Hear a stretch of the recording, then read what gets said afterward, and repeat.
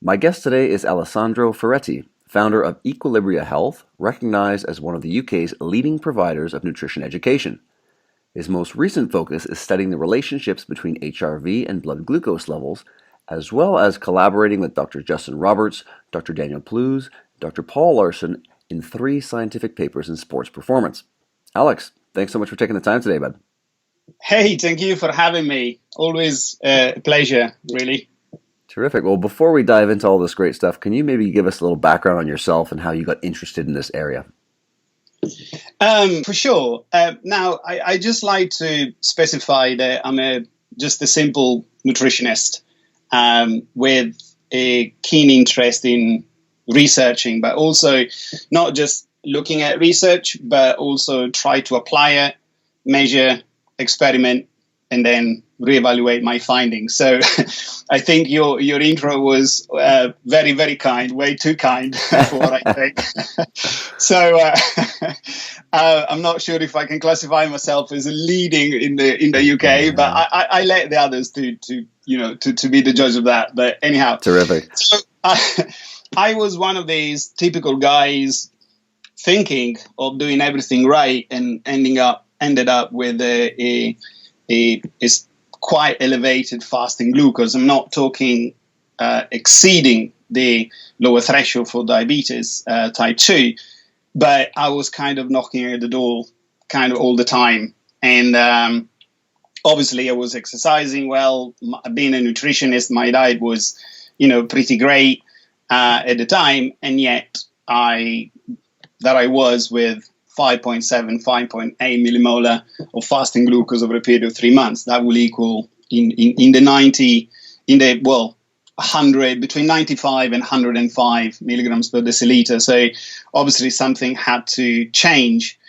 And this is how I got interested in low carbohydrate approach, ketogenic, and then I started to study it. And because another area of my research was heart rate variability, I decided to kind of merge the two and see what were the potential correlations, and these have been my main 2 areas of research in recent years, in a nutshell.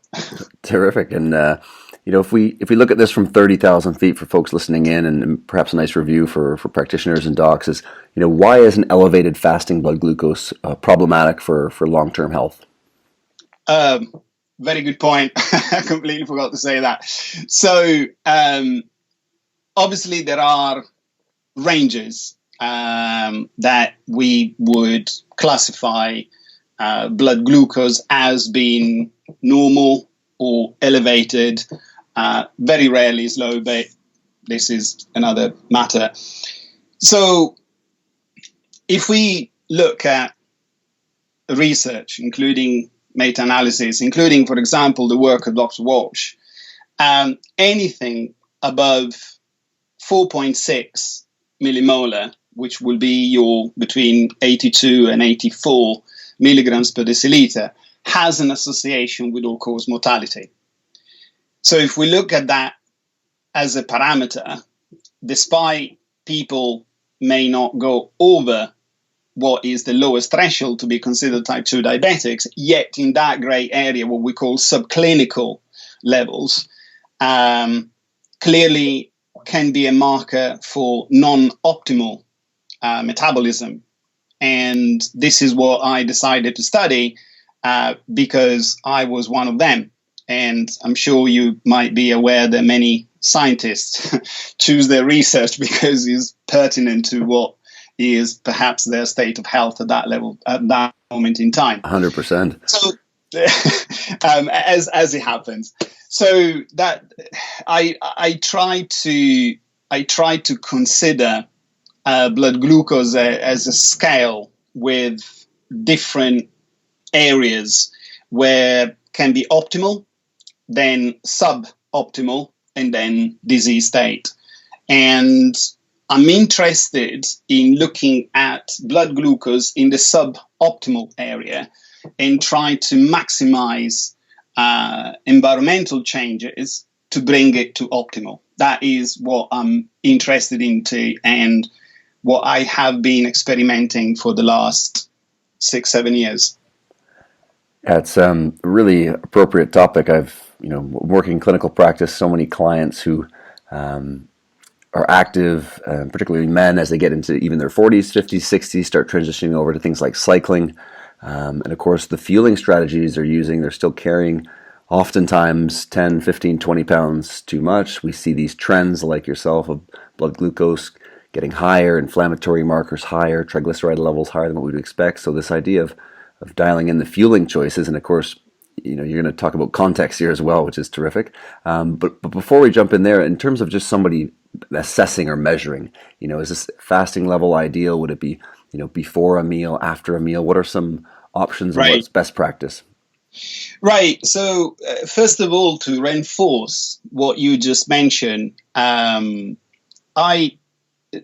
the last 8 elite athletes I have come across, and these will range from one Olympian to world performers in a way. As an estimate, 6 out of 8 had elevated blood glucose, and the vast majority of the readings, even in tapering periods, were in the pre-diabetic zone. In a way, on a very selfish note, I felt a little bit better because that meant that obviously I, said, okay, I'm not just a freak that is ending into type 2 diabetes because I experienced the same. So, but on the other hand, obviously made me a little concerned because obviously it's a subset population where in a way would be one of the last subsets where someone would expect a kind of type 2 diabetic trait. And I'm not saying that these people are type 2 diabetic. Yeah, that's not what I'm saying. I'm not even qualified to make that claim. But I'm saying that seeing elevated fasting glucose, it's a problem. Or definitely something that would warrant attention. Now, in answer to your question, I tend to consider the fasting glucose probably one of the more relevant markers. There are all sorts of ways that, I have used continuous glucose monitoring devices. I actually used 2 different brands continuous glucose monitoring devices at the same time. So I always try to find out things and how they work at my best, but also trying to check if the equipment I'm using is in a way able to reproduce the data or not based. So trying to understand the limitations of what I'm doing.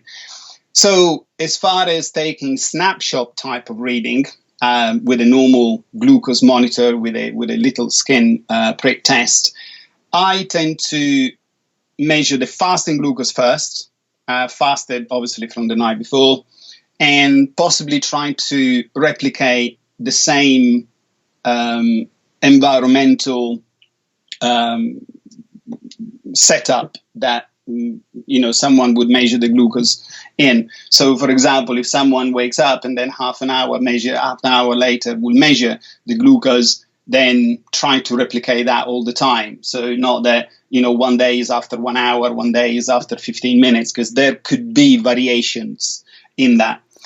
For sure. So keeping that continuity is key. And is there a certain number of days in the morning that you would aim for in a week? If someone was a practitioner or someone was listening at home and wanted to kind of assess this for a week, is there sort of 3 days, 5 days, 7 days? What do you find? Yeah, great question, actually. In order to increase compliance, I have seen that a minimum of 3 days seems to be more than sufficient.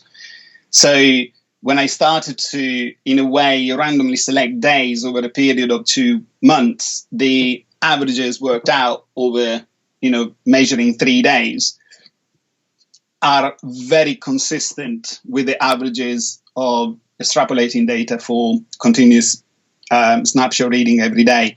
So I'd say a minimum of 3 days, and then obviously a maximum of 7 days a week. That seems to be pretty good. Similar to heart rate variability, for example. So that gives a baseline. So normally say Monday, Wednesday, and Friday. Forget about it. The weekend, if they're working Monday to Friday, and that can provide a little bit in most individuals an increase in compliance. Interestingly, some other individuals, they would comply more if it's an everyday thing because they integrate it in their routine. So any deviation from their daily routine is something that they're likely not to do. So, but it depends by the individuals. And is there a rough number of sort of weeks or, in terms of compliance, 4 weeks, 8 weeks, 12 weeks that people will tend to, in sort of your general population be able to kind of maintain that? That often, I'll give you the rule of thumb answer and then clarify that. So I try to get a minimum of 2 weeks, especially if they're only measuring 3 days a week. But that is very relative to the subset of population that the person belongs to. So, for example, if he's an athlete and he's going through periodization of training or periodization of application of a certain nutritional regimen, then I would probably take in consideration that. So if he's a certain value of glucose in a tapering phase versus in a loading phase, we need to take that into account in potential differences. So if someone has a fasting elevated glucose level 2 days after he's entering a tapering phase, there is something majorly wrong. Something isn't right in that individual. Whereas if someone has exactly the same fasting glucose, they is slightly elevated in second or third day following a loading phase, that may be seen as a potential effect, which perhaps would worry me a little bit less. I'm hoping this makes a bit of sense. For sure, yeah. I mean, in terms of obviously, training stress being able to impact blood glucose control, obviously food does. Are there other things other causes of this normal fasting blood glucose that come up on your radar? Oh gosh, yeah. How long have we got? Yeah, what doesn't, right? Could you give folks some of your top ones? Yeah. So sleep. I'm starting to find. Actually, let me try back a sec. So you mentioned diet. Now, given a certain quality in the diet, as long as they are performing some physical activity, the blood glucose doesn't seem to change that much.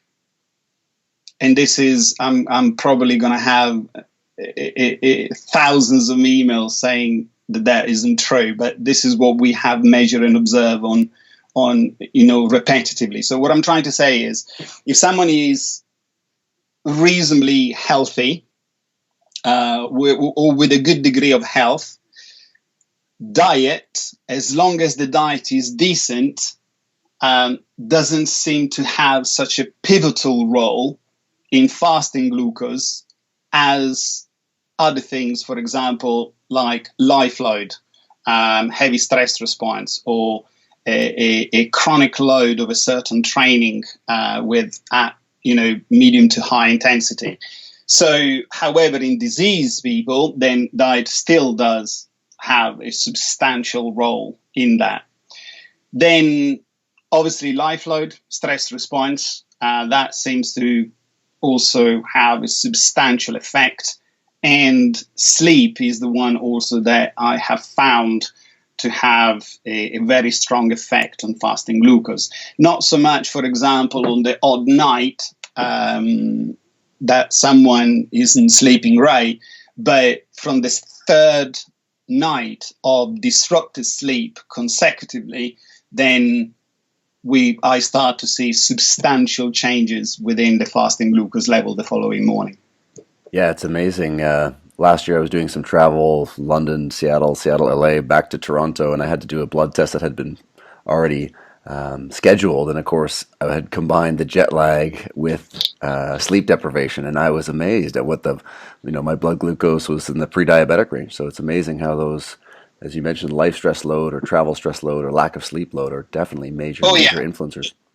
And you mentioned also another one, which is jet lag. So our body would follow certain circadian patterns, and if you have jet lag, you may be naturally higher or lower given to the reading that you just took compared to your normal environment because of a natural flow on top of obviously the stress response.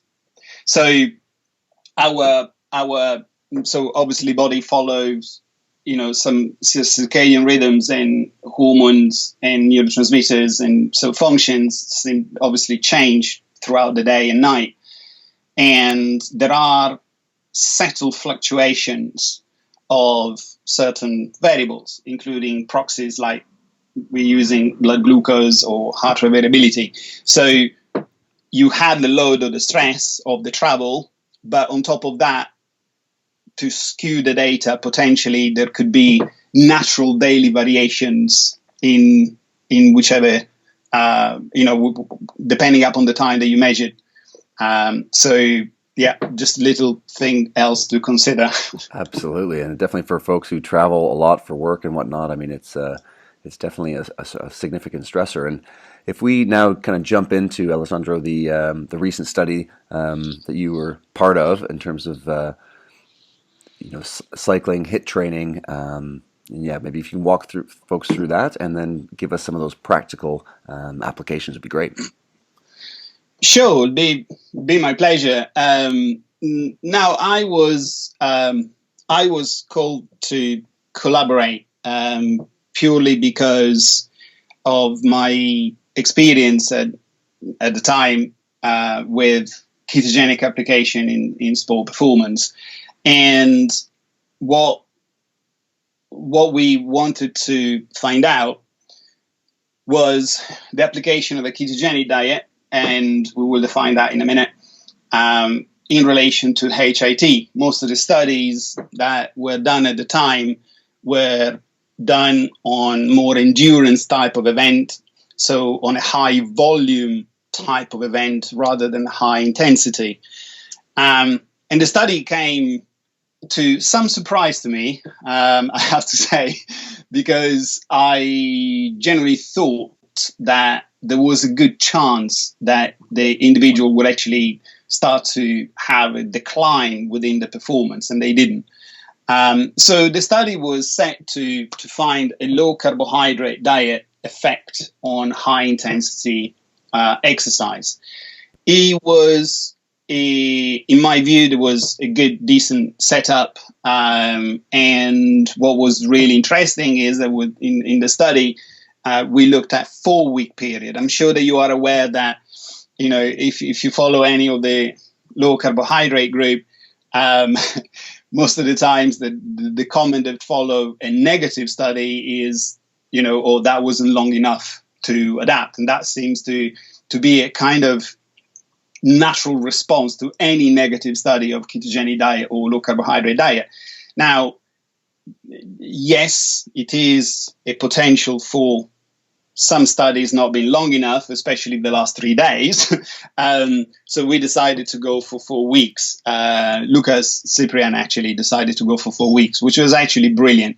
And there was a slight increase in RPE, which is basically the rate of perceived effort after the first week in the keto group, meaning they felt more fatigued, but then suddenly started to have what they define a kind of burst of energy. It started to feel more energetic to a point that then the RPE at the end were actually similar to the control group. So the diet was reasonably healthy. So I'm sure that you're aware that any diet can have a healthy version and an unhealthy version. And that was not any of the extremes. So the quality of the food was good. It wasn't just the usual typical overload of saturated fat. Fat was reasonably good quality, and it was all track recorded. Also, they received some counsel in relation to how to approach the diet. And the other thing that was interesting is they had a slight introductory period into the start of the study for the 4 weeks, and they were measured at the start, midpoint, and then the end. And I find that great from a scientific perspective, because when things start to go wrong on a ketogenic diet is generally in this subset population, let me specify that, it is what people refer as keto flow kind of thing, and normally is within the week 10 days. So I think it was really interesting that Lucas wanted to also measure the midpoint to then see what the changes would actually be afterwards. So this is in a nutshell the setup of the study, and we found some really interesting results, because looking at all the data, which I don't want to bore you with, we didn't find any substantial decrease in performance on a gradient type of effort in trained individuals. I tried to specify this as at my best ability, because people can take this completely out of context, which I'm very happy to go into if you wish, but for sure. Maybe we'll jump into there. Maybe Alex, in just one sec, I'll just circle back for folks and say, we'll link to this paper as well on the site so they can have a read through. And of course, sure. The cyclists were participating in HIIT sessions, so high intensity interval training, so 5 sets of 3 minutes, correct? With about a 2-to-1 work to rest ratio. And of course, in the study, seconds, a lot of obviously perceived detriments of this type of ketogenic approach for endurance training is this fact that when we get into these high intensity bouts, we lose that sort of top gear. And so as you mentioned in this study, then we're seeing that the low carb or very low carb group was able to maintain their high intensity output. Is that correct? That is correct. Now, so if I may word it slightly different, which you're totally correct, is just in my head, I think, is perhaps less ambiguous. We did not observe a decrease in performance, which is exactly what you just said. So the athlete maintained that performance, or the changes that we have observed were trivial. Although there were some interesting intra-group variations. So the individuals performed. The mean was pretty much the same, yet variations between individuals were reasonably, they were noticeable. So some individuals did a hell of a lot better than others. That's what I'm trying to say. Terrific. So, so maybe we can go down that path and give us some more there, because I know folks who are probably in the low carb or keto side are sort of cheering, and folks who are on the performance dietitian or who are in a traditional fueling model are sort of gasping at some of the findings. So let's get into a lot of the nuance, because I think, as you mentioned and we chatted about before the show, people can sort of take these things definitely out of context in terms of the what the research is telling us. So maybe you can give us some of those insights on the individuals, and we can dive into that. Sure. I mean, one thing that when you're trying to answer a question in a study, then as soon as you finish, you got 100 more. So I had all sorts of people saying, why did you not measure this? Why did you not do that? So the purpose of the study is like one of the first studies lasting 4 weeks on HIIT. And we wanted to see, as a gross measure, as a bird's eye view, if ketogenic diets will bring a decrease in performance. That what we set up to do. Obviously, there are costs involved. So, people suggested to measure some really, really interesting markers, yet we're measuring interleukin-6, we're measuring, free oxidative radical changes. It was already reasonably quite expensive study to set up. So some of the problems I see is that are mainly in relation to the application. So especially in social media, where there are lots of, let's say, guru and experts, unfortunately, a study like this, I have seen already being misinterpreted, because we did not find, one, an increase in performance. So the fact that the performance has not dropped does not mean that has increased. what we found is that in a period of 4 weeks, post 1 week of, let's call it a switch on the body to burn a higher proportion of fat versus glucose, over a period of these 4 weeks, we noticed that performance has not declined. And obviously, a couple of comments following that. One, it does not mean that if people stay on this diet, performance will not decline still. In fact, in some of the HIIT type of real sport athletes that I follow, after the 7th, 8th week of a strict low carbohydrate ketogenic style approach, we started to see some detriment to the performance, especially as you mentioned in what you mentioned, the high gear.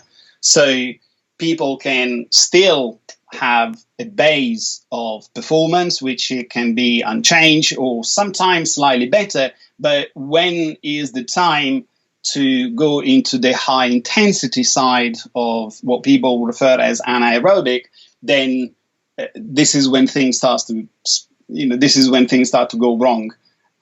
So it is great to see a non-lack of performance following the 4 weeks, but that does not mean that people, one, should stay on this diet, two, that after 6, 7, 8, 10 weeks, the person will still perform as good as they would be on a traditional diet. So this is something that I really wanted to specify, because I just saw some comment left and right and people getting into arguments, and I think is the context is being taken out completely. Yeah, terrific to highlight that. Absolutely. And if we dive into even some of those individual differences, can you give us some examples of how some folks might have enhanced or felt better versus others who struggled? Yeah, in virtually in virtually every aspect we measured, there were substantial differences. So, for example, if we take weight, body weight, and mass, obviously in the keto group, well, obviously I'm saying obviously, but because I've been researching that for a while, so there was a drop in total weight, and we measured more of a fat mass drop into the keto group versus the control group.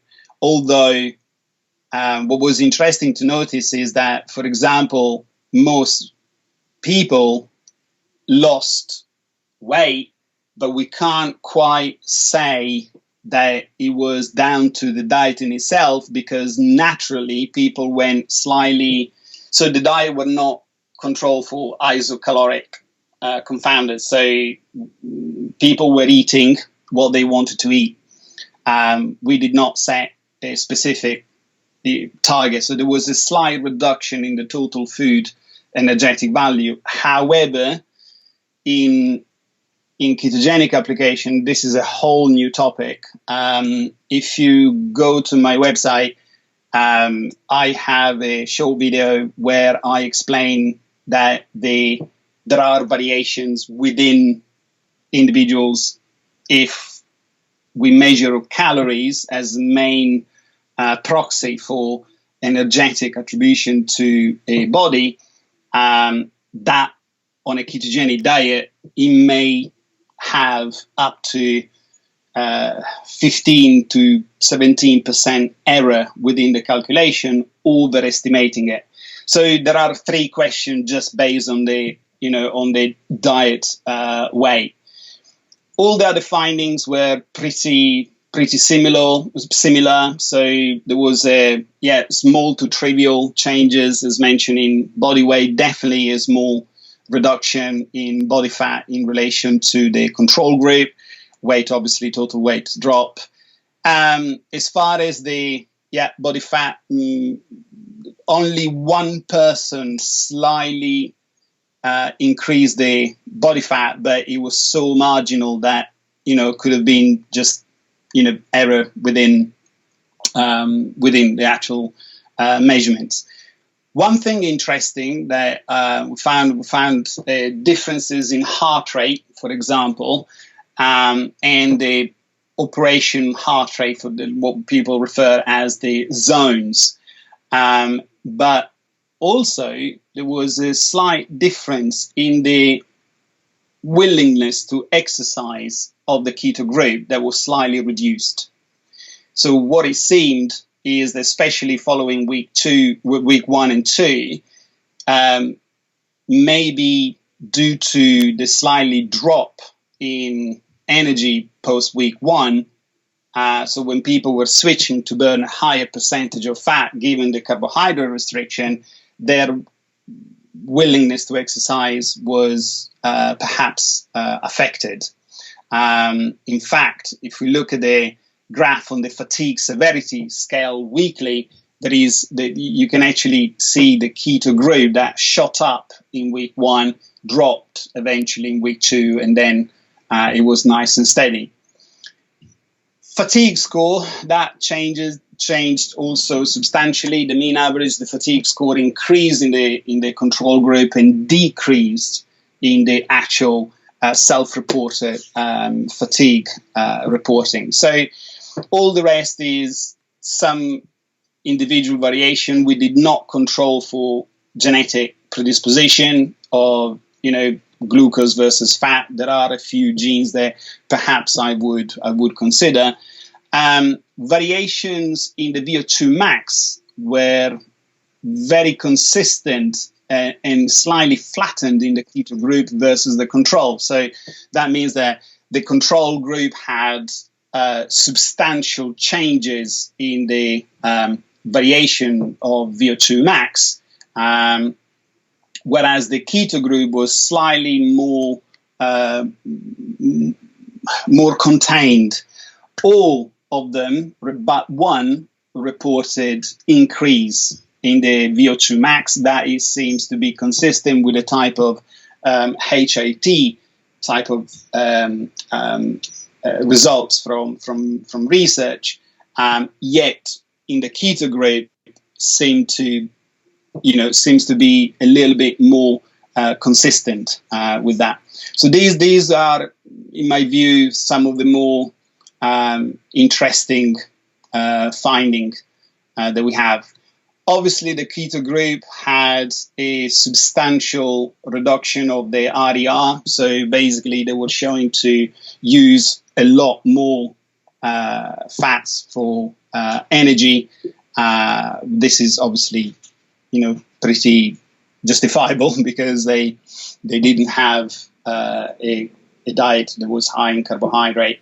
Absolutely. So, yeah, and obviously that the lactate obviously was a lot higher. The fat oxidation rate was pretty consistent, amongst the keto group, which was great. You can see obviously they were using fat a lot more considerably than any of the others, and these where the variation was slightly lower.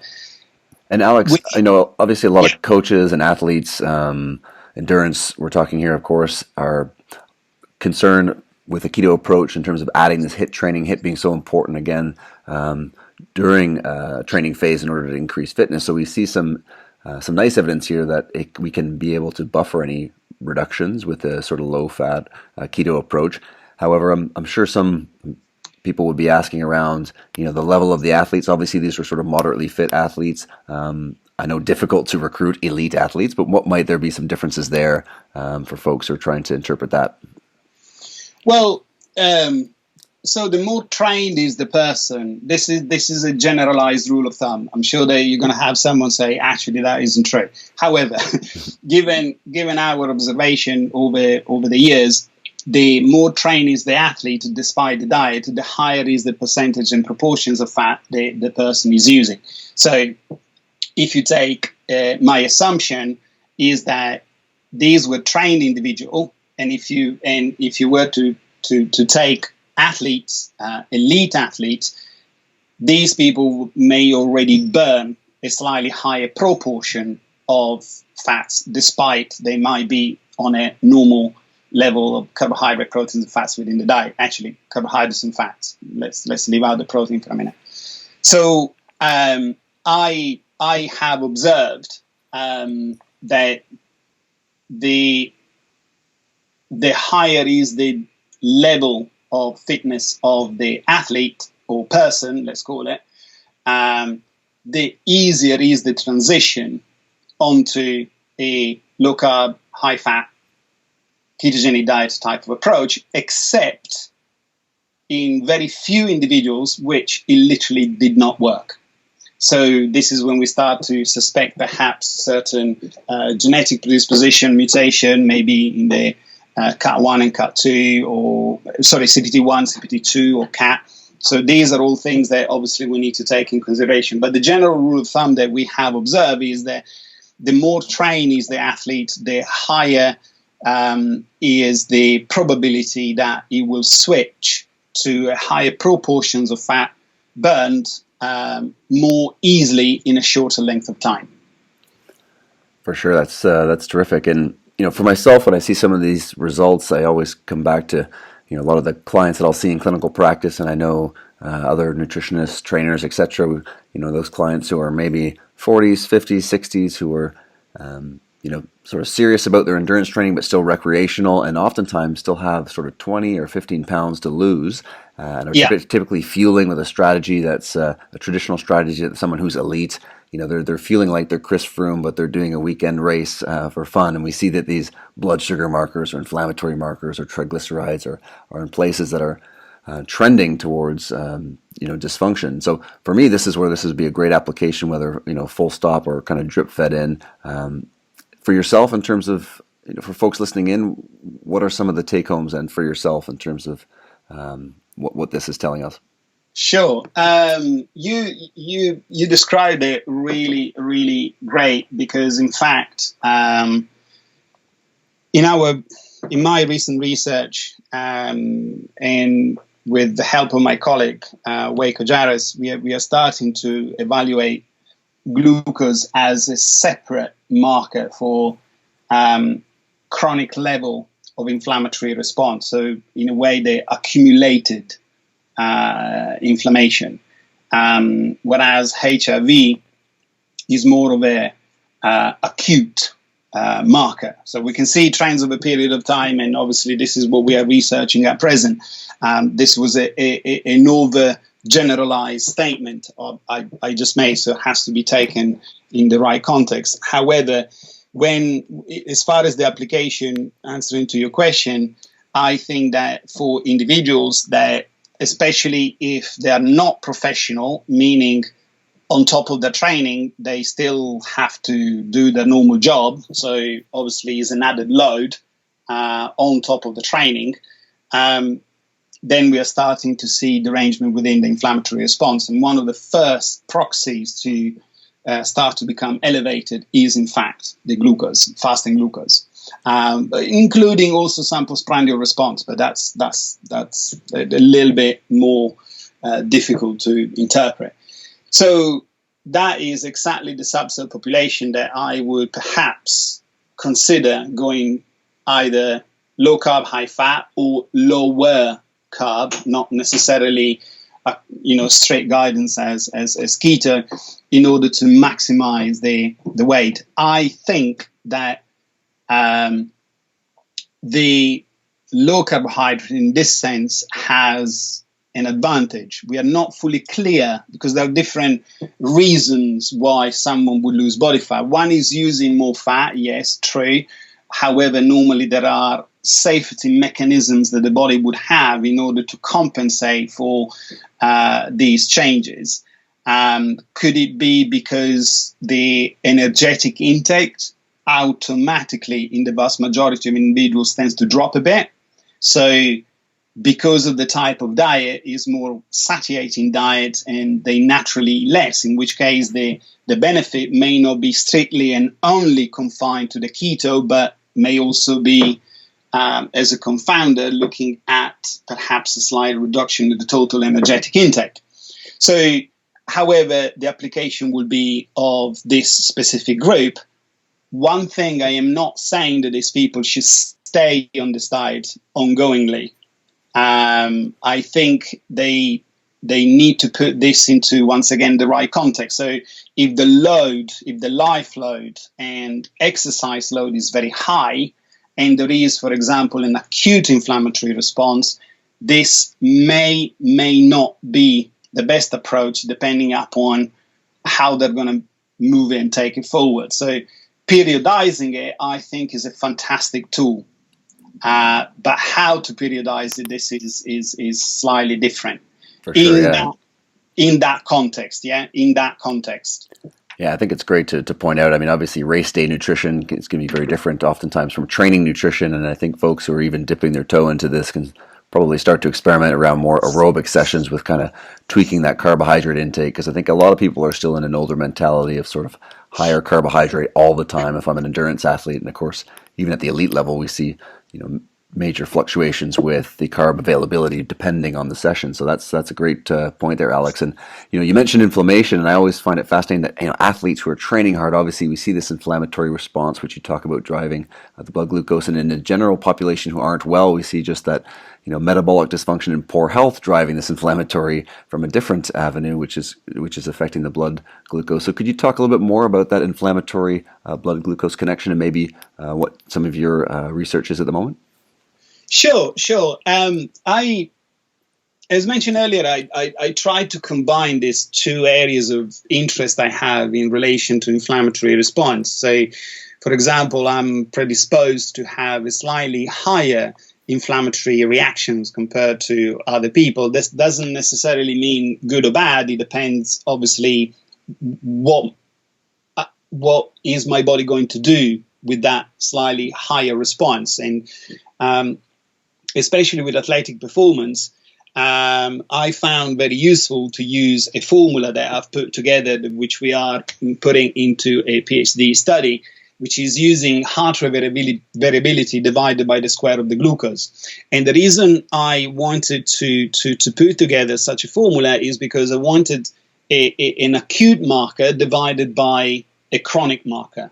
I'm not sure if this makes any sense at all. No, but for sure.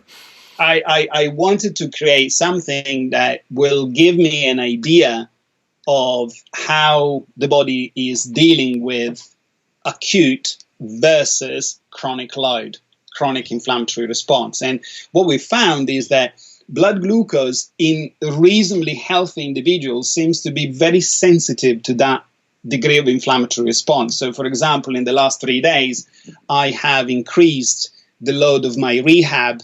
And I had, as you have experienced yourself in the UK, was a really good sunny spell over the bank holiday period. And I decided to re-roof my main shed and build a porch. And I was under the sunshine all day and etc. And this morning, boom, I'm in a full parasympathetic rebound with higher fasting circulating glucose. I mean, for me, 4.9, which is your 88, is very high now. So I'm over 0.7, 0.8 of a millimolar above my mean, or my ideal figure. So you can see that despite acutely, I may have had some differences within the HIV, 4 or 5 days because of my rehab and extra load. Now the glucose has had a steady incline, a steady climb up in the last 4 days because of accumulated inflammatory response. So that's the reason why I tend to consider fasting glucose in reasonably healthy individuals, or non-disease individuals, I should say, more of a proxy for chronic degree of low-grade inflammatory response, rather than just, yesterday I had an extra banana, therefore today fasting glucose is elevated. I've heard all sorts.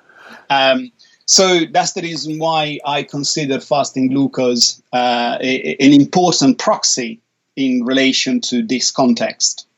That's a great insight there in terms of just making these inappropriate sort of short-term associations between I ate X, Y, or Z yesterday, therefore I have a higher blood glucose today, fasting glucose. Could you talk about some other pitfalls potentially for folks who decide that they want to kind of go down this route and do some tracking in the morning? You mentioned keeping the environment the same, obviously the same time. Are there other things for people to consider? Yes, for sure.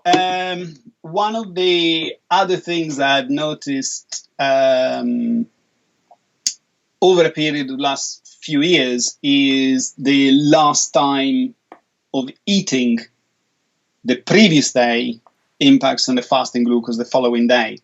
But that seems to impact not so much because the meal hasn't been dealt with. So basically, the later they would eat a certain day, the higher is the probability that the following day the glucose is elevated.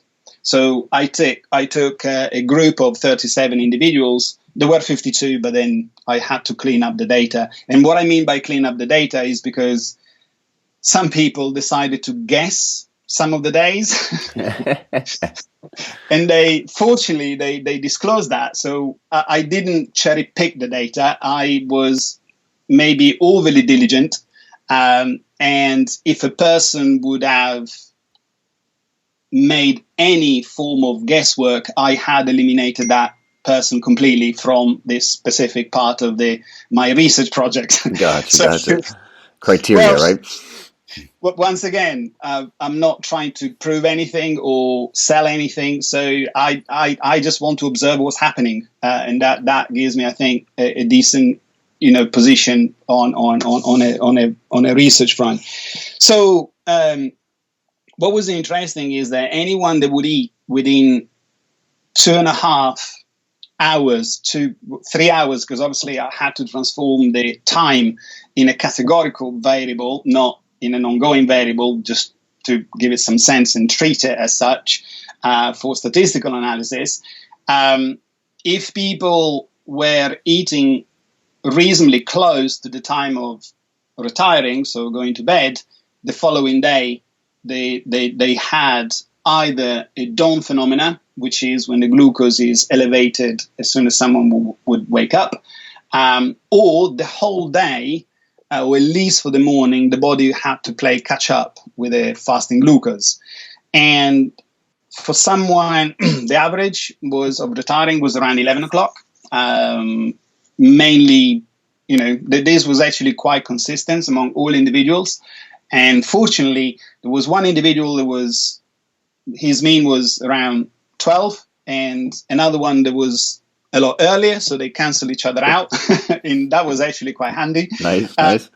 And so the limit point would have been 1,800 hours versus 2,300 hours. So we're actually looking at that kind of 4 or 5 hours before retiring from the last meal. The biggest mistake I found in the application of certain techniques like time-restricted feeding is that people that would have the time-restricted feeding window later on in the day would have a higher fasting glucose compared to the individuals that would have roughly the same caloric intake but earlier in the day. So that would be the typical side is people skip breakfast but overcompensate for dinner. So I've seen some of the data both from MyFitnessPal or Senza or any nutritional data gathering app where the people that were skipping breakfast, they seem to have still a normal lunch, but they would overcompensate with dinner. And I'm not sure that, I can make all sorts of assumptions, but it's nothing more than assumption. And what is interesting is that also the food preferences were also interesting. So my assumption is that there could be something alongside circadian biology or perhaps habits given by the fat. So because I haven't had that, so there could be kind of reward feeling, so a psycho-emotional connotation. So there could be many, many reasons, but I don't want to just put out just pure conjectures on that side. No worries. I mean, that's a nice, that's definitely a trend that I notice as well. So something for folks to just be mindful of if you do decide to do a certain approach, like an intermittent fasting, then this idea that all of a sudden the caloric intake is massive in the evening, we ramp right up, then obviously Yeah. missing out on a lot of the benefit there. Alex, You fantastic. know when sorry to interrupt. You know when people say this is an all-inclusive buffet, and they try to stuff as much as they can, even if they're not hungry anymore, because is a certain price and they can eat as much as they want. Some of the individuals I spoke to reported this openly. So because my time restricted feeding window is now I can eat is in the eating time, and because I couldn't have a proper lunch, then I'm going to have a huge dinner.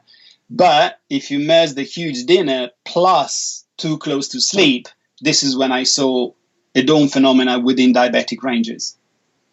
Yeah, that's really interesting stuff. And Alex, I want to respect your time here. So before we wrap up, last couple of questions for you. What's the biggest take-home message then that you give folks in terms of whether it's assessing the fasting glucose or the study that we talked about around ketogenic diets and endurance cyclists? The main thing, observe the context in which you actually see variation. So ideally, especially in athletes, anything knocking at the door of 5 millimolar or 90 milligrams per deciliter, I would want a good justification for it. So, for example, as mentioned earlier, if someone is having these readings at that level in a tapering phase towards the end, the person still may carry some form of inflammatory response, or the diet, or the sleep, or something isn't quite right. And would that impair performance? I don't know. I can make, once again, assumption, but there is very little that could. I mean, one in a simple way is no, because we see Olympic athletes that do that, as we have data for, but not a lot of data and actually quite limited data. But we do not know how the athlete would perform if the person would have had an optimal fasting glucose. So we can say the other home take with that is make sure that you identify and notice what has led to that. So basically trying to make connections without becoming apophenic, obviously, without trying to find a reason and see a pattern where there isn't. But trying to see and collect perhaps some data and start to notice, right, okay, so every time my bedtime is delayed of an hour and a half, then that happens. Or every time I train in a certain way for 3 or 4 days in a row, that happens, because it's highly individual. And that is what I'm finding more and more.